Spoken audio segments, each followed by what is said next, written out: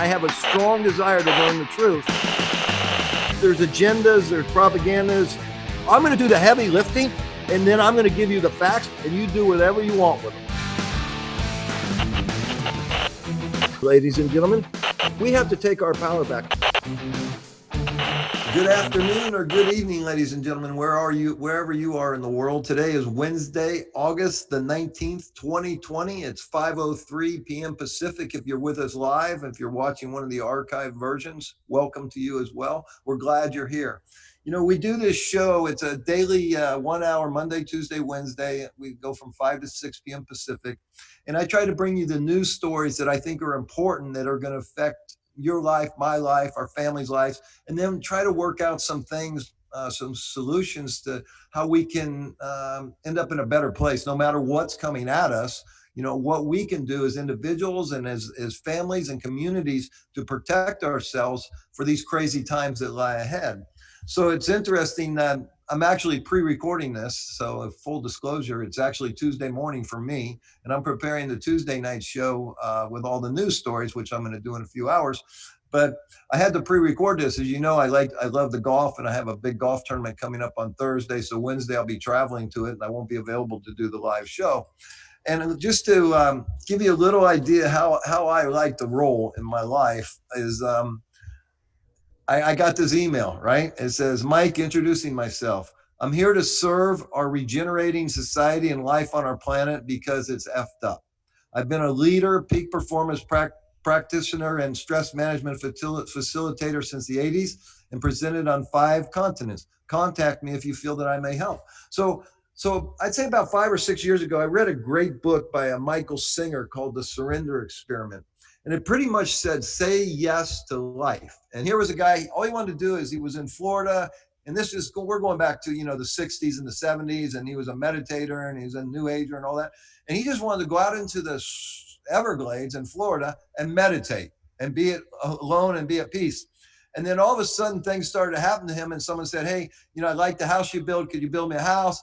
He goes into town one day, he sees a brand new computer at a Radio Shack, and he ends up becoming a computer programmer. He just said yes to whatever showed up in his life. And since reading that book, I was already kind of living my life like that. But after reading this book, and by the way, the guy became a billionaire. I'm not doing this to become a billionaire, but that without any intention of becoming a billionaire, just by saying yes to life, all these marvelous things show up. So I've been living like this for a long period of time now. And so when I get an email like that, I go, okay, obviously there's something here, right? Something, I wrote the book, The Creation Frequency, some sort of vibration, energy, frequency brought this email to me.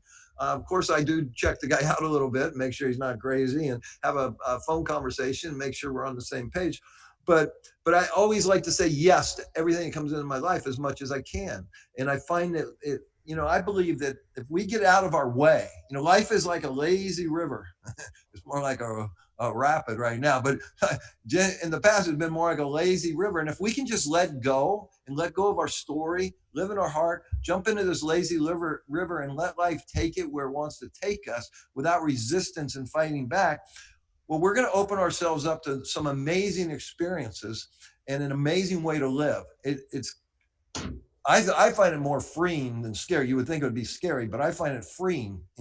My wife always gets frustrated. We're getting on a plane and she'll ask me, where are we staying? Well, I don't know. I haven't booked it yet, because, if they have Wi-Fi on the plane, I'm going to book it on the plane. If not, I'll book it when I get there. So that's kind of how I live my life. And it takes a little while for my loved ones to get used to it if they're new to living with me, but it's a great way to live. So anyways, the fellow's name, whose email I just read, his name is Kurt Krueger, and I'm going to welcome him to the show right now. Let him introduce himself. Kurt, how are you?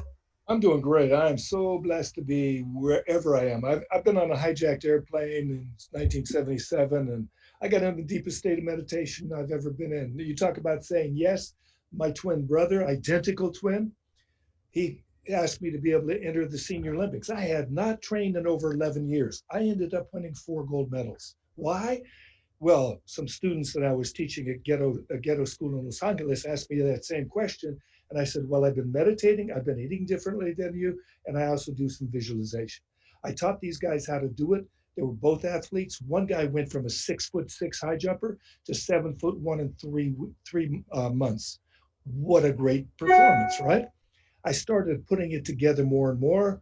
I ended up founding the Institute of Sports Psychology, had five offices of it all over the world, uh, and so on and so forth. Things went from there. Why? Again, it's all about positivity because what you focus on is what you get. If you think you can't do something, you probably are right. And everybody knows that. And you used a word like, if we do this. The power of the word is so powerful that what happens is well, it might happen. When you said when we do this, it's like if I want to put effort into life, I can say I got to work at it, or I'm working at it, or I'm trying. Instead, we say I get to. Why? Because you get to do it because you want to obviously improve and get to do it because you know that's going to improve your life. Simple as that. So that's a fair start. Any questions? Yeah, well, one, you said something right out at the get go there. In 1977, you were on a hijacked plane. I'd like to hear a little bit about that. Well, it's interesting because, uh, well, I had been studying in India with a man named Swami Muktananda. I lived in his ashram for a year, I toured with him about 3 years, wanting to learn uh, basically yoga and meditation and the whole Eastern philosophy and the culture, because I was teaching world history and I was also teaching government and so on. So I went over there on a study leave of absence. I took courses and I did all that I could to absorb it from living in a tiny little village and to absorb that life instead of just the city life. Because in those days, people were wearing polyester clothes in Bombay.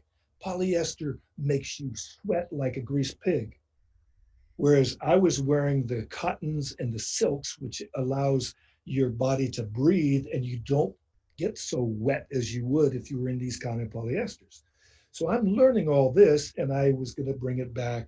And I get onto this plane and I, again, had some intuition that I shouldn't get on that plane. I had been waiting an hour and a half or 2 hours because it was delayed.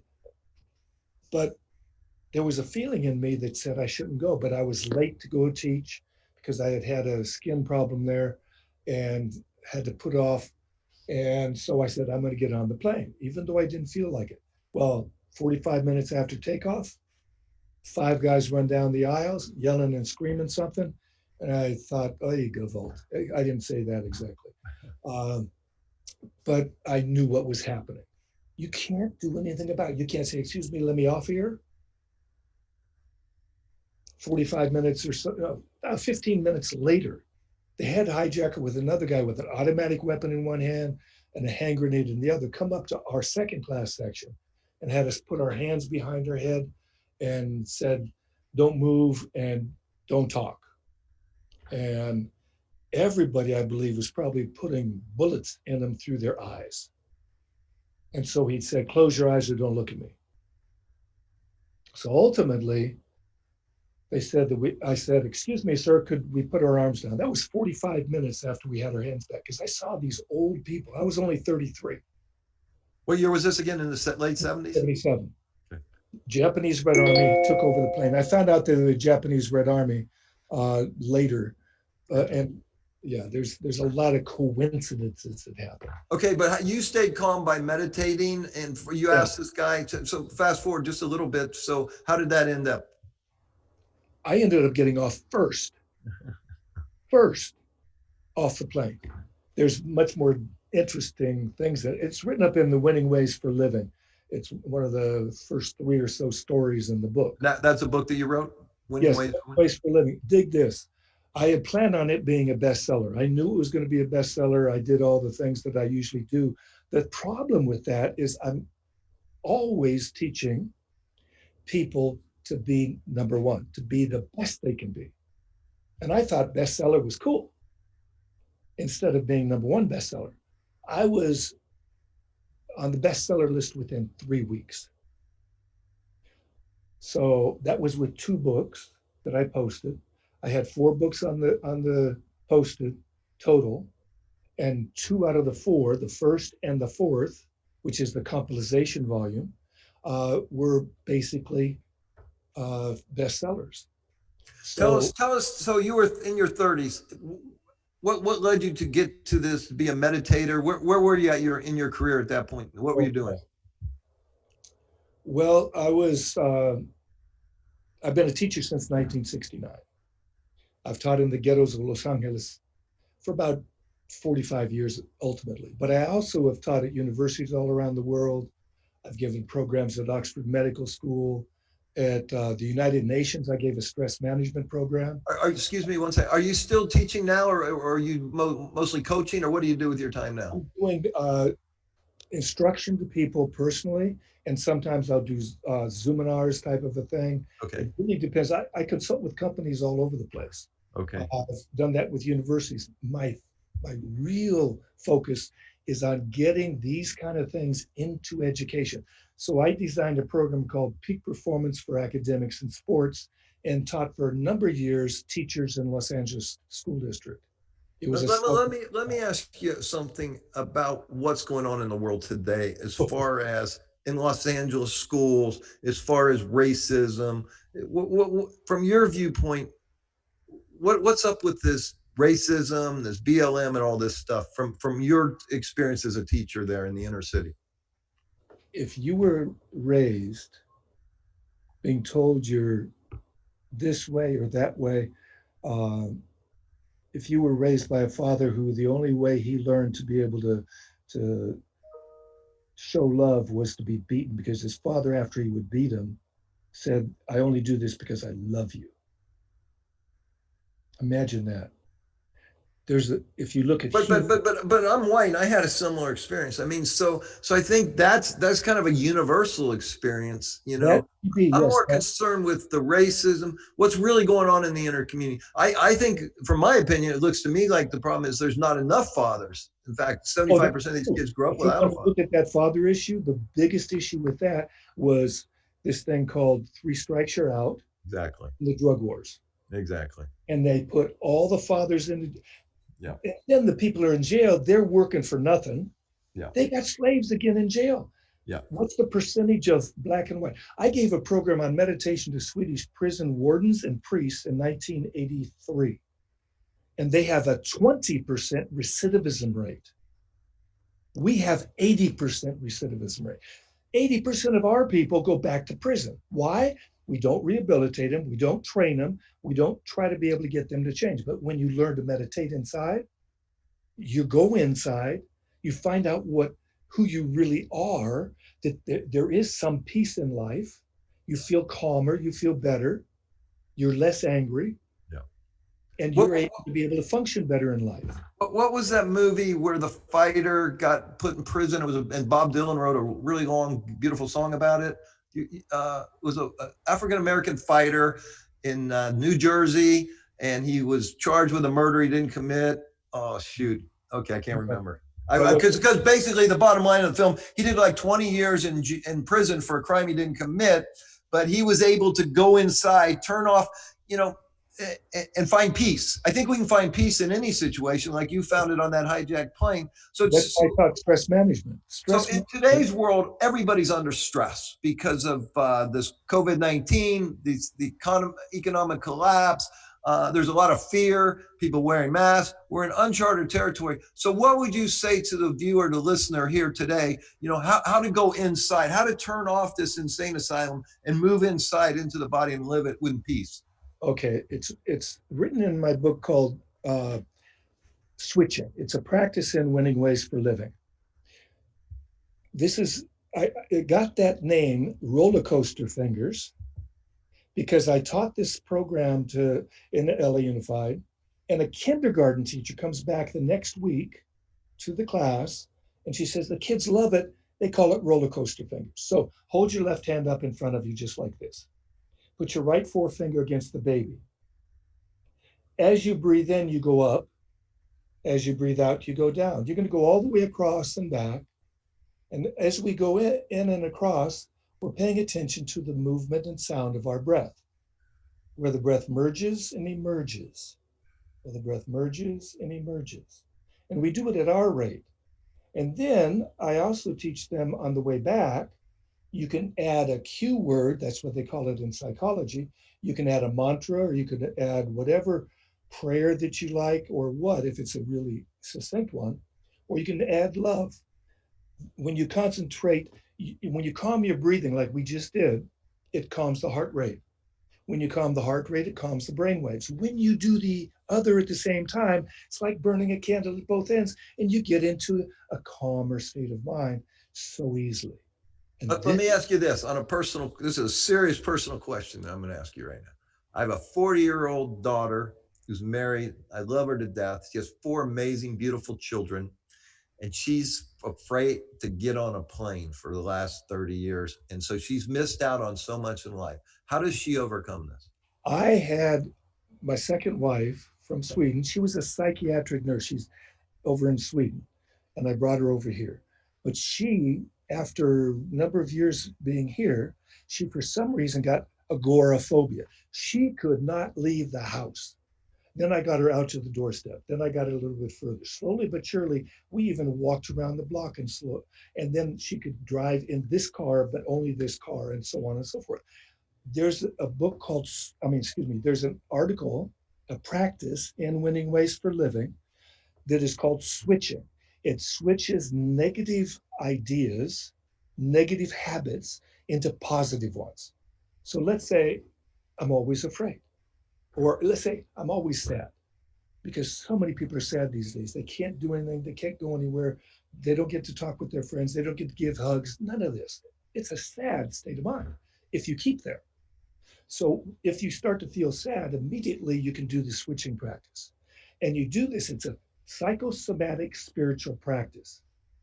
And in it, you are able to break that habit and you turn it around and then you seal it in your body.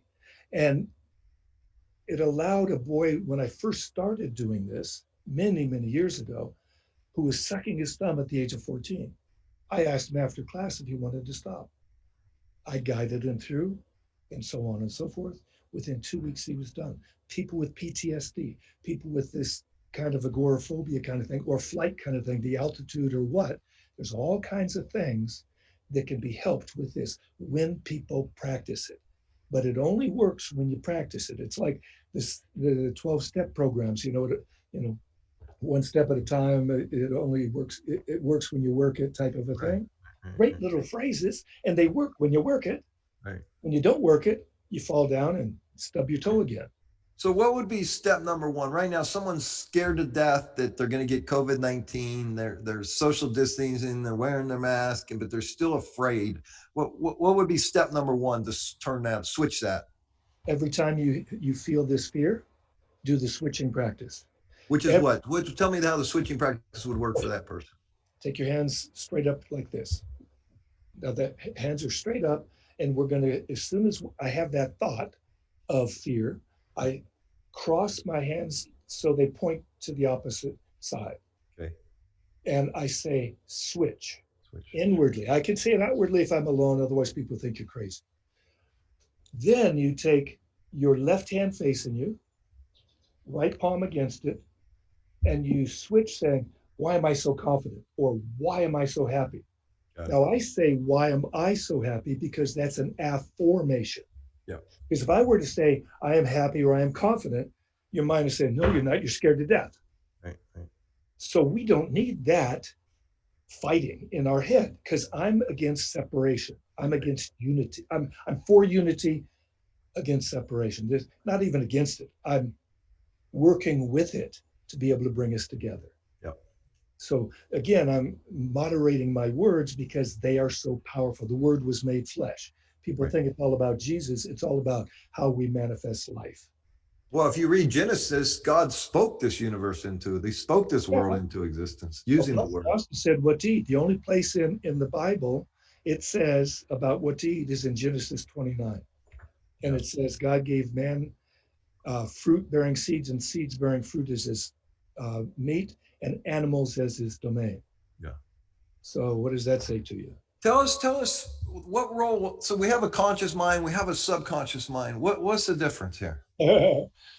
one controls you unconsciously and one controls you consciously. And when you decide to be in control of your life and you are the creator of your life because you are the child of the creator, and if you are a child of the creator, then you can create the life that you want when you choose to be able to take the force, when you choose to use the force. There's reason for people saying the force or the key or the chi, because that power is in everybody. Some people call it the soul force. You can look at what Lieutenant Kali did in My Lai.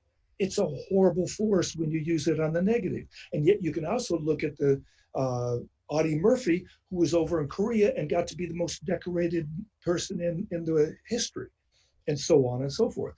So we get to use it the way we choose. So we choose the light side because it brings more light and love and happiness.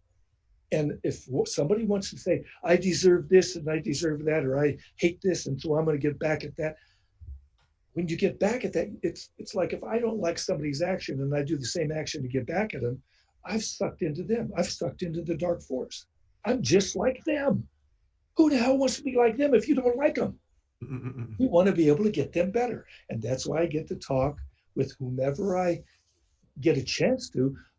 I don't deal with sides. I deal with the heart. Right.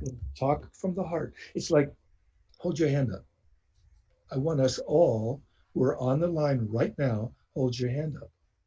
And I want you to be able to feel connected with us and to be able to just simply be connected so that we feel calmer and better.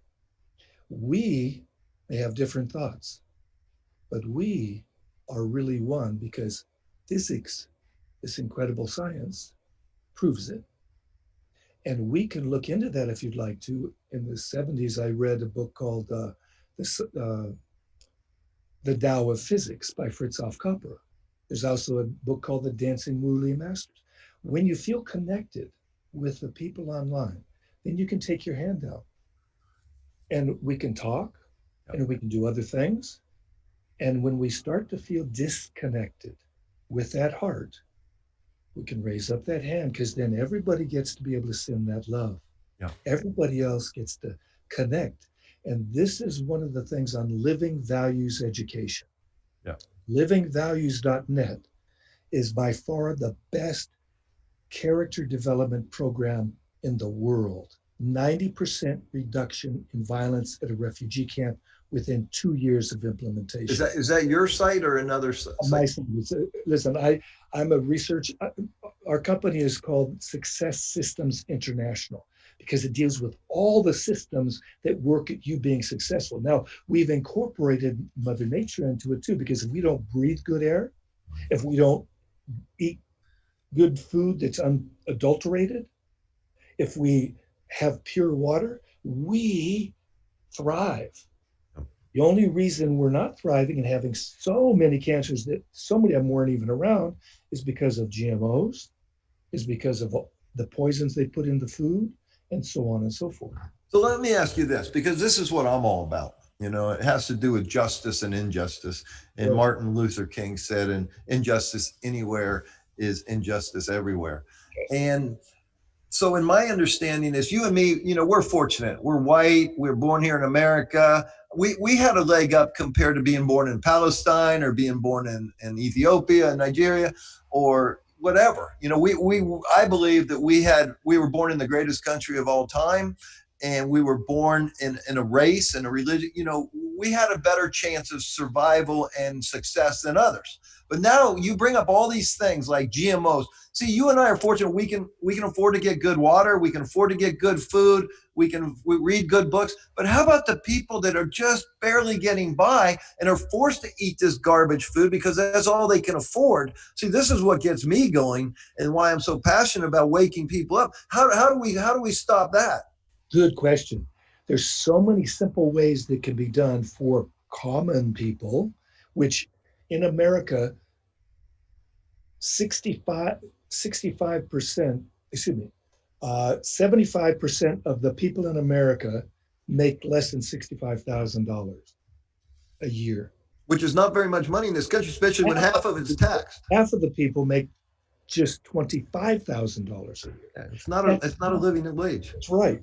We we get to take charge of our lives because thank God we have the internet. We can find ways like grow a garden, whether it's a window garden or whether it's one that you can put in your front yard, backyard, or whatever. When in the 70s, when I lived in North Hollywood, California, in my front yard I had a garden. I'd go out and pick my food for the day, fresh right out, just like that. But okay, I love this, but listen, let's be real. Okay, let's go back to your school teacher in the inner city in Los Angeles, Uh-huh. and you have a mother that's working two jobs, Yep. okay, trying to keep her kids out of gangs, trying to get them an education. The father's in prison because the United States government has done so much damage in that community. And, she doesn't have time, she doesn't have the money. Well, what does she do? Well, there's where the tribe comes in. There's where when people come together, there's a book called Tribe by Sebastian Junger. It's an outstanding book that shows that when people come together, it's the best way to get through the Blitz or what we did in Hitler's country of we did the same thing to them in Leipzig and other places. They outproduced the time before the Blitz in Leipzig, they outproduced making more tanks, more weapons than they did before the Blitz. Because when people come together and they have a mission, things get changed. When we have a mission to change things, we can change it. The big key is coming together, uniting, and having the one vision. Now, before any big march Gandhi ever led, he always had everybody pray. He did what is called open sacred space. And I didn't like the opening of the presidential the Democratic convention. Why? Why? Because they had a prayer that said Jesus. Christians believe Jesus is God. If they just used God instead of the name Jesus, it meant the same thing. But he used Jesus, which excluded Sikhs, Muslims, Jews, Hindus, so many people. Now, some of those major religions don't believe in God. Like Buddhism doesn't have a God. They don't, there's no deity in certain religions. Probably why it's so pure. I agree. Yeah. But So so, the but I'm separation still being I'm the still big key. concerned with this woman raising these kids, and now she's got this Black Lives Matter movement, this Antifa movement, um, and she's weary to the bone. Oh She's yeah, overweight. She's got probably diabetes or some other illness, and I see. I believe that the problem is all these systems. We're born into a medical system, in a family system, in a religious system, in a financial system, in a government system. And what do we want is freedom. I think we need to start a movement where we become more free and government becomes less big, and and then oh, community tribe can do all these things. totally. I've been watching for the last 85 days. It stopped for about a 2.5 week hiatus until September 1st. It's something called Humanity Rising. And it's 2 hours in the morning in California. It's 8 o'clock to 10 o'clock every morning. If you want to be able to be asking questions in the chat box or in the question and answer box, you can do that if you're online at that time. Is this a YouTube channel? You can see it on YouTube, but it's on ubiquity.org, Okay. UBI or Ubiverse, Okay. UBIVERSE.org. Uh, and you can do it online immediately, or you can see the old ones. I highly recommend that you see the thing on donut economics in regard to getting economics to be totally aligned with the triple bottom line. There's also something called B corporations. B basically stands for beneficial for everybody and everything, the workers, the companies, the environment, everything. If it's not so beneficial, it's not done until it has to be stopped or whatever. There big time changes. They Amsterdam, Copenhagen, Cali, Colombia are instigating applying it into their cities.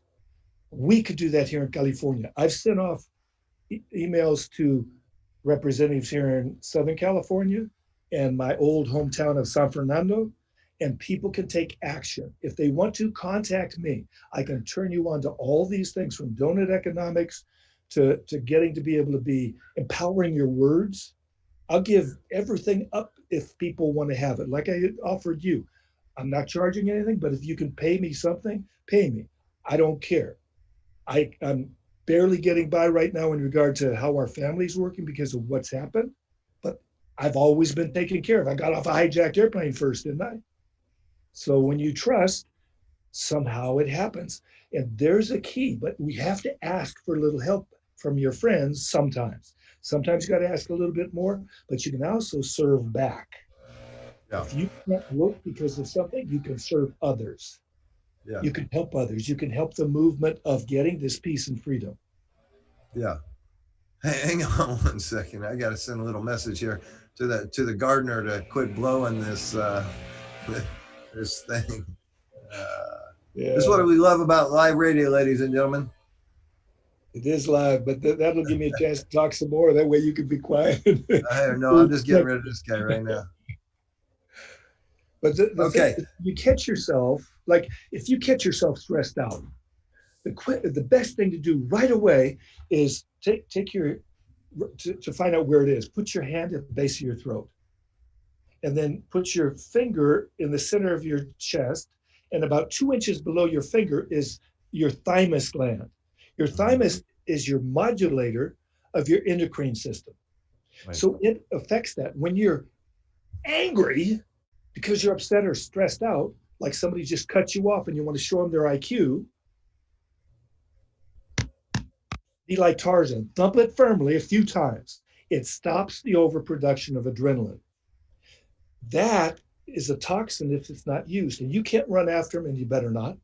You can't get it out, so it stops the overproduction, and then you start to do simple, Right. easy, quick, deep breaths, and that helps to oxygenate the system, which Right. helps to reduce the adrenaline in your body, and so on and so forth. If Yeah. someone wants to write me on successsystems.international.net, they can ask for stress management. 4 quick techniques and one what I call the foundation technique. The foundation technique is meditation. Yeah, well, this is all great stuff because the way the world is today, we're all extra stressed. We're all got extra stuff going on in our mind. And if we can learn to calm ourselves and stay centered. Learn to calm ourselves. What's that? I'm just coaching you. When we learn to calm ourselves. When we learn to or when we calm ourselves. See, when we calm ourselves, then we're more prepared to deal with this stuff. As an individual, we still have to deal with the collective consciousness and the collective insanity. So I have to bring this up because we had a brief little chat before we started this. You have an identical twin brother. Yes. And he's a Trump supporter and you're not. Well, I love Trump. Okay. I don't like what he does. Okay. Say that again. I don't like so much of what he does. Yeah. When people were upset about how some people are talking about either Trump or somebody like that, because it's too much. Yeah. It's a separation demon. And that's how the separation happens. And that's how we fight against each other. And we call each other names instead of calling each other by names. Yeah. So I'm curious. So we know your brother's going to support Trump in the election. Yes. And I'm not going to ask you because it's a personal question, but under which administration, the Trump-Pence or the Biden-Harris administration, do you think is going to be the most beneficial for this country the next 4 years? Oh, easily the Biden-Harris because of the incredible way people say the economy is thriving. No, I don't think anybody's saying that. Wall Street is thriving. Yeah, there you go. Who owns Wall Street? If you want to see a movie that will enlighten you, see the documentary called Heist. Yeah. Heist, the documentary, will show you how every country in the world basically has so many of their governments bought out by big corporations. Yeah. The ones who have the money.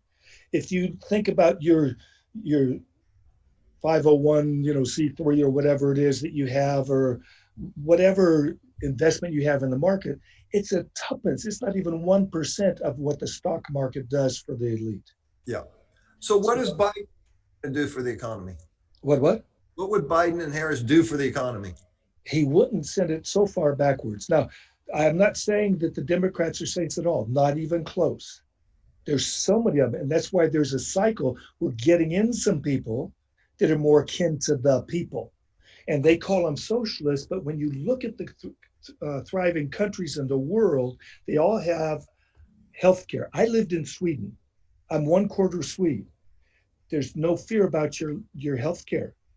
You might be out of work, but you're helped. My wife, if she had children by me, would have been able to take a year off, and I could have taken a year off to bond with my child. Paid.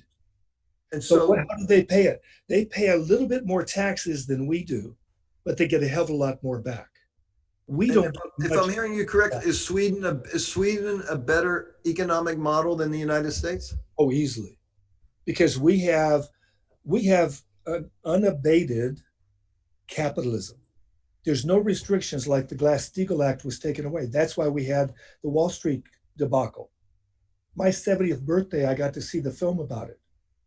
I walked in for the first time in my life I ever had a surprise birthday party. But Right. that debacle was nobody went to prison that Exactly. were up in those companies that did this. So, Not a single so, person. so America economy and financial system is corrupt and run by criminals who benefit from it while the regular people like you and me suffer. That doesn't exist in Sweden? Very, very little because they actually participate in their government. When we all go out and vote, things change. When people, instead of marching, you march to the bloody voting booth. Where in Sweden? Anywhere they vote more per capita than we do Okay. by far. We vote like 20%, 17% or somewhere like that Right. voted the last time. But are their politicians honest? Because ours obviously aren't. There's more politicians that are honest there because people actually go out and vote and they listen to the people and They're see more what involved. they've done. For instance, I'll give you my background. I may have voted for Bernie because he, for me, was the one who walked his talk every single year. The only reason he got to be a millionaire is not because of what he got paid by these lobbies. It's because he published a book that got to be a bestseller. That's how he got to be a millionaire. Well, how did he get to publish a book? I mean, Well, but he was you and me are both authors, and we're not millionaires. So this is how they launder money, and they pay their friends, to do what they're taking. Well, So he's not taking it from politicians, and he's not taking it from the lobbyists. He's getting it from the people, just like he didn't take money from big donors. well, I promise you one thing, Kurt. You give me one day, and I'll blow holes in this guy's not a crook, okay? Because every politician in this country is a crook, okay? I promise you that, and I'll prove it. You give me anybody's name, and give me one day, and I'll come back to you with enough proof to indict them. So I really think. But back to this Biden-Harris administration. I mean, what do you think? It's better than the alternative is the big deal. That we have no other. So you're more of an anti-Trumper than a pro-Biden. Like that's how the country's split. So let's talk about Trump. But like I said, I'm not a fan of either one. Okay, so I can be more objective. I'm not a fan of either one. but what I see is I see a lot of Trump bashing. I watched the opening of the DNC convention last night. A lot of Trump bashing, and that's their playbook. But what has Trump done wrong as a president? Besides these stupid ass tweets, and he's a braggart, and he really doesn't make a lot of sense. What has he done wrong? Okay. I'm asking only for you to judge like you would like to be treated. Yeah, no problem. What did he do with people who came across the border with their children? Okay, well, I've covered. People are still not united with their children. Still. But that's a lot of hype. First of all, the cages were built by Obama. When you have that, Obama didn't do bad things. I'm not saying that. You asked me one thing. Don't. Okay, but I'm saying when you put yourself in his shoes, you're the president. You got tens of thousands of people crashing the border. Okay, you don't know who's being trafficked, who's really a child of these people. You got to straighten this mess out. You got to get some order, and you got to separate, and you got to ask questions, and you have a language barrier. And so, why is it that you have to separate parents? He didn't change the process by the Border Patrol. It's always been that way. I didn't say that the Border Patrol were saying. I'm saying that all these politicians our politicians. I'll give you an example. Yeah. How much are we spending per capita, or just simple things in prisons? Well, way too It's at much. least it's at least $80,000 a person, because we have private prisons now.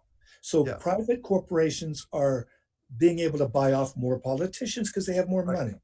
And who And did that? The where the, government, left and right. They I'm both did it. saying that I've never said the government is not Right. got the corruption. I've Right. I've agreed with you every single Right. time. Right. What I'm looking at, you asked me a question about Trump and then you jumped to Obama did And the I'm same. not disputing you, by the way. I'm I just know that, saying, but you jumped. Most people do this same kind of thing. right. They'll jump to this other side does it too. But let's stay That's on not course here, because so I'm saying point number one America, is America is Trump the Trump greatest country Trump allegedly put kids in cages. So, but what else besides that has he done to ruin this country? I'm just curious. to ruin this country. He's Yeah. divided it. He- He has not shut it down. He has not done what the countries that close down first and fastest and best have the best results. So over this Doesn't matter virus, the size of the country, doesn't matter where it is. It matters on the how the people do it. yeah. And So he didn't. it takes a leadership of a whole country to be able to take reins. He's supposed to be the leader of the country.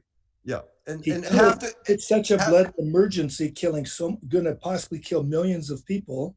If it's that kind of an emergency, how is it that he can't say, this is a national emergency, we got to do this?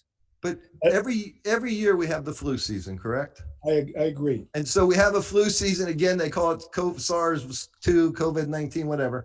And so, in your opinion, he's done a bad job of handling this flu season. Yeah.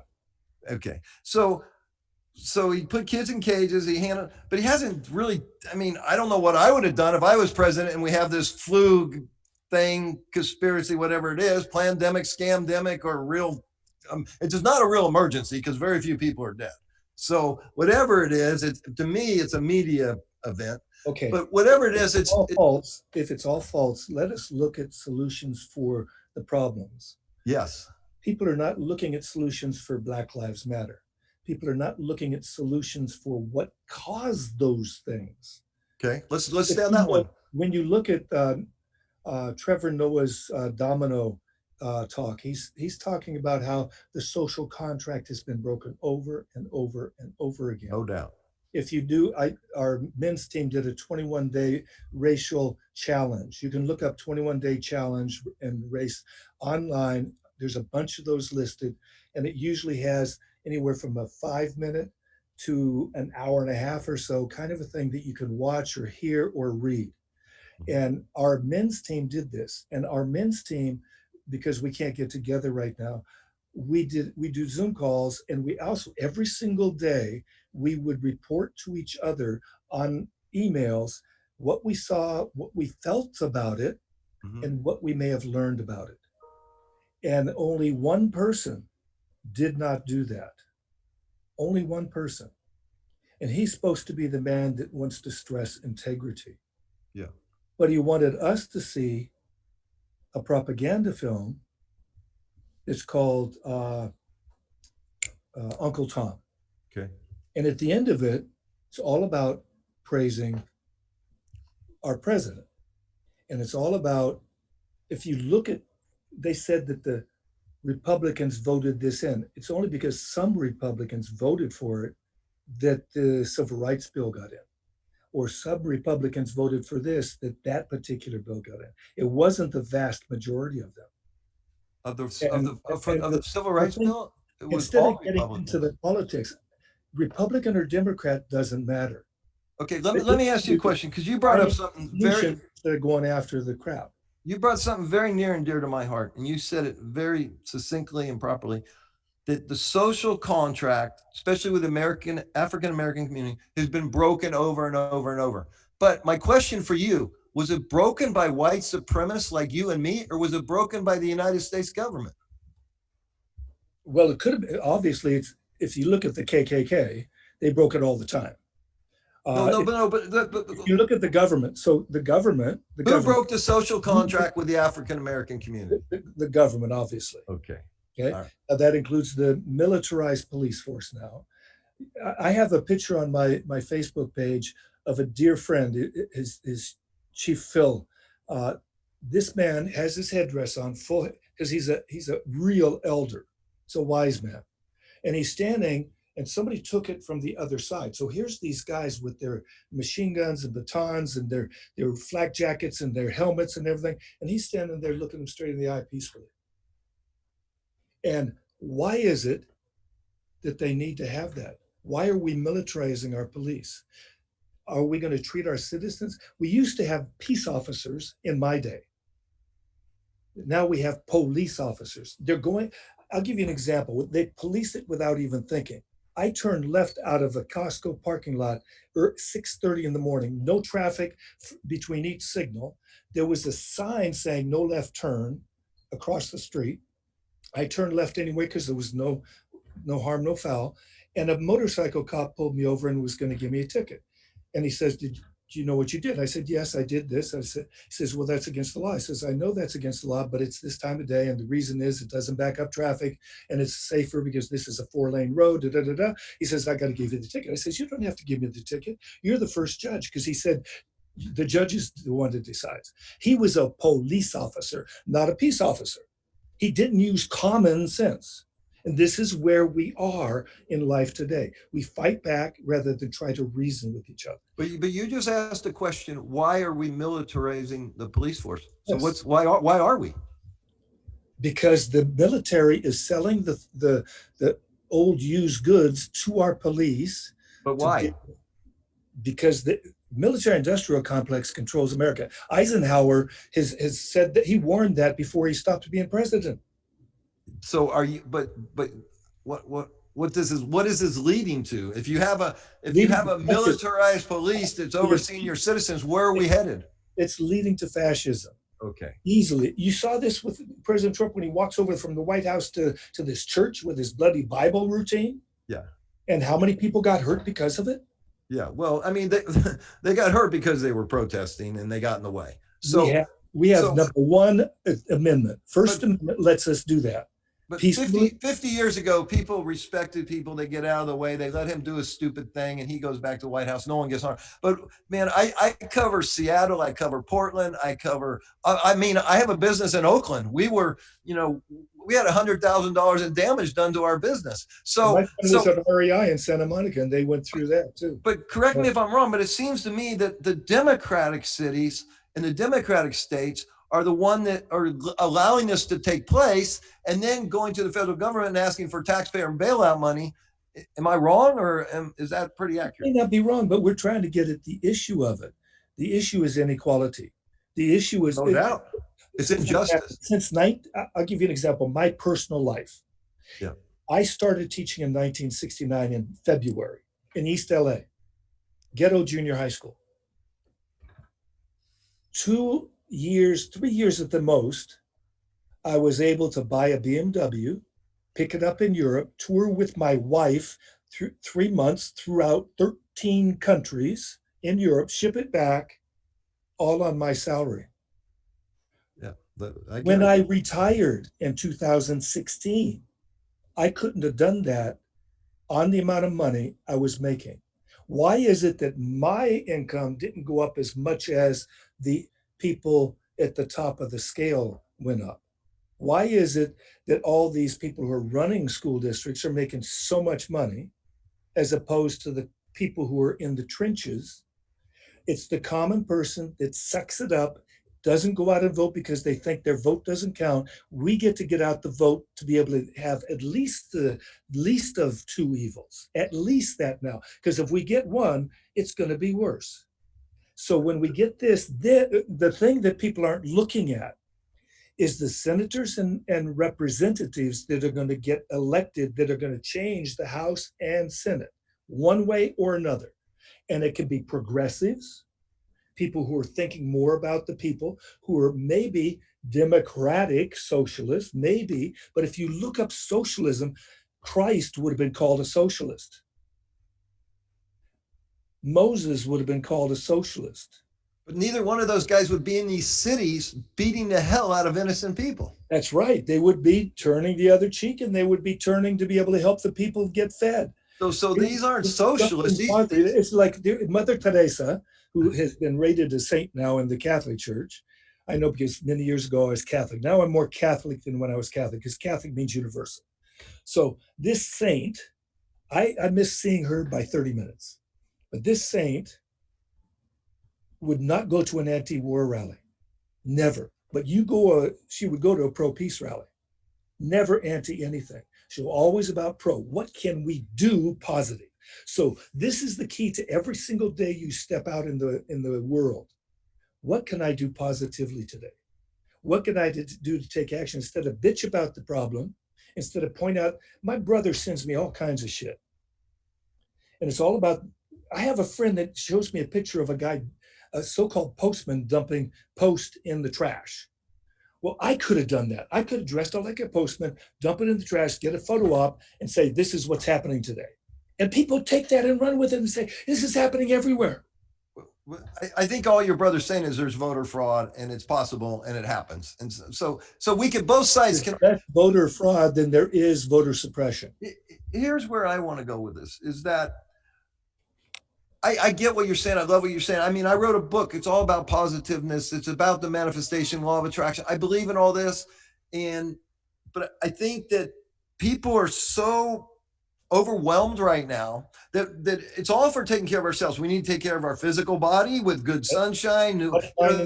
That's why I find everything interesting. They want to keep us indoors. They want to put a mask over our face, and they want to social distance. All three are bad for our immune system. There's another key factor. Don't ever call it social distancing. That's what they want.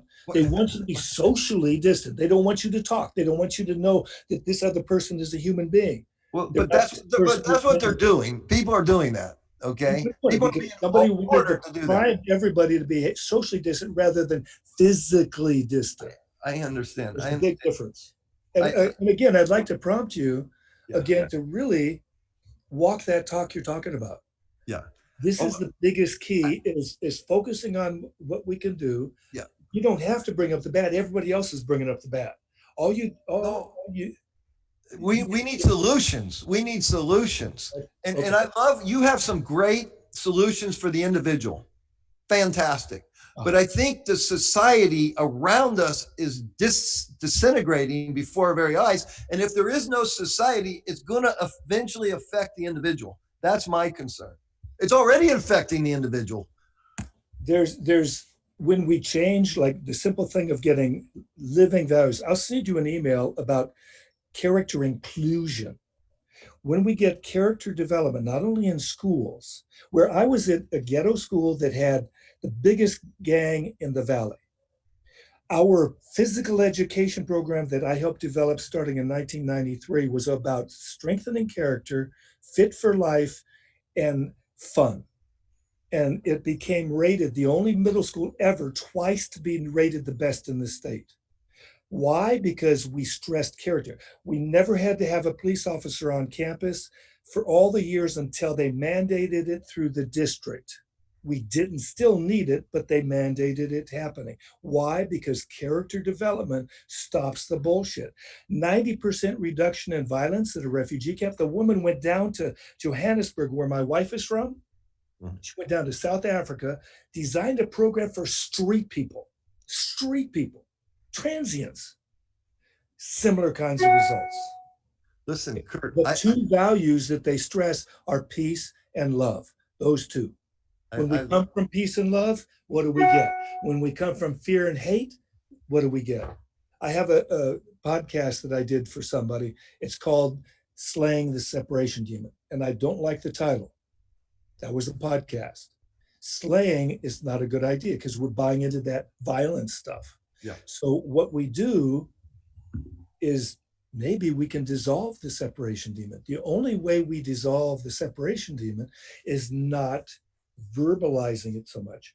Have the inclusive we instead of me, or have the inclusive we instead of I. Become royal like the queen. Speak the queen's English. Why? Because when I is in we, I'm in we, so are you. But when we help positive people think more positively, or negative people think a little bit more positively, then we focus on what we can get because a man's reach should exceed his grasp. Kurt, I But love your positiveness. Where can our listeners, we only got a minute left, where can listeners learn more about your work and how can they get a hold of you? two things: Success Systems International is plural, systems, successsystemsinternational.net. You can also look up my name and Success Systems International, and I'll give you just about anything you want. I'd love to talk with anybody. We get to change the world by simply maybe just one person at a time. But I have in my presentations around the world, I have a great example of that that could make the Empire State Building fall. Amen. I love it. Stay tuned. I'm going to say goodbye to the audience. I'll be right back with you. Ladies And and gentlemen, first of love you all, all. I hope you enjoyed this unique presentation we had for you today. Kurt is a super positive guy with a lot of techniques. I really endorse learning how to meditate, freeing the mind. You know, I talk all the time about moving from here to here, and living here is where your truth is. And the more of us that can do this, the more that we can do good work in the world to overcome all the adversity that's hitting us in the face right now. I'm going to be gone next week, so we're going to do a week of Willie. You know, many of you watched Jim Willie. I think we had thousands and thousands of views the 2 days he was on with me the last time I was in Idaho. So in Idaho next Monday, Tuesday, Wednesday, we're going to do a whole week of Jim Willie, a week with Willie, every Monday, Tuesday, Wednesday, 5:03 p.m. Pacific, Transformation Talk Radio, live stream here at Mike Murphy Unfiltered YouTube channel. Until then, go out there, have a great week, a great weekend, and we'll see you Monday at 5. God bless everyone.